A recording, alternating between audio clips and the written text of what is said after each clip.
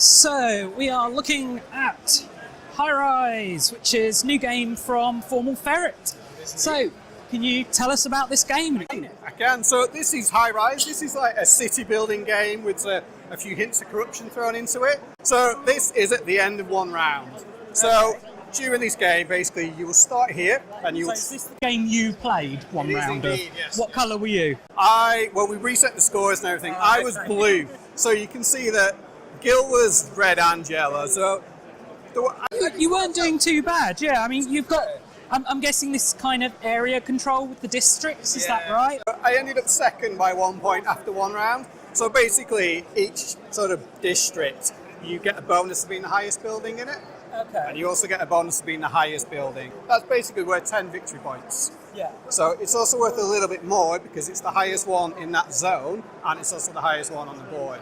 Yeah. So whereas he sort of concentrated all his efforts and resources there, I decided to spread myself out a little bit. Yeah. So I should also say that this is a prototype. This is like literally, it's the only copy in the world. I can't imagine, real game coming in a box like that somehow. We go for the garage look. Well, no, this is the only copy in the game, so everything is just the prototypes. Yeah. He's hoping to put it out at Spiel.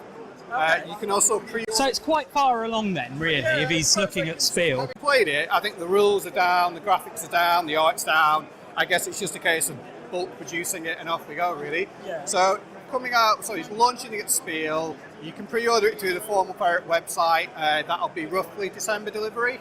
Okay. Prices are a little hard to say, but Kickstarter is going to be $60. So in High Rise, I'm going to travel around. I'm going to collect a few powers. The main part of the game is I'm going to try and build these buildings here. So there's lots of tiles where I will either pick a particular colour up or I'll take a random draw. I can always be greedy and take more of them, but I'll take some corruption. So at the end of every round and at the end of the game, there's a penalty for corruption. You collect your things. This is your yard where you store all your buildings. First person to build one gets a little bit of a bonus. Got a little wild resource, it's also a bonus as well. So what is it that determines the number on the standees? Okay, so it's the number of parts to the building. The first person to build that plan gets a bonus. If you've got any wild resources but you don't use them, you can put them on top of the biggest buildings. And each space gives you a different power. So there's quite a lot of powers. Obviously, in the learning game, there's set, but otherwise you would randomise. Roughly how long the game's meant to take? Yeah, so if you're going to play the full game, it'll be like between 100 and 150 minutes. Okay. There is a solo player game, obviously it's 1 to 4 players. With this round took about 20 minutes with 3 players, but it was the first round, to be fair. Do you know, is there any kind of scaling or anything that's done to adjust the game for the different numbers of players? So with 1 player, you've got some dummy players, 2 dummy players. With 2 players, you've got 1 dummy player.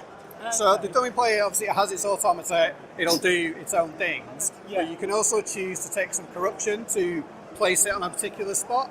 Okay. So if I want to block a spot from you, I can choose to take corruption, move the dummy player to that spot. And then in round 2, we're going to start knocking each other's buildings down. So is the idea that if there's no space there, you knock someone's down? This is a better one here. So all 3 spaces are filled. So if you want to build there, you've got to build a 6-height building. When you do that, that'll get knocked down.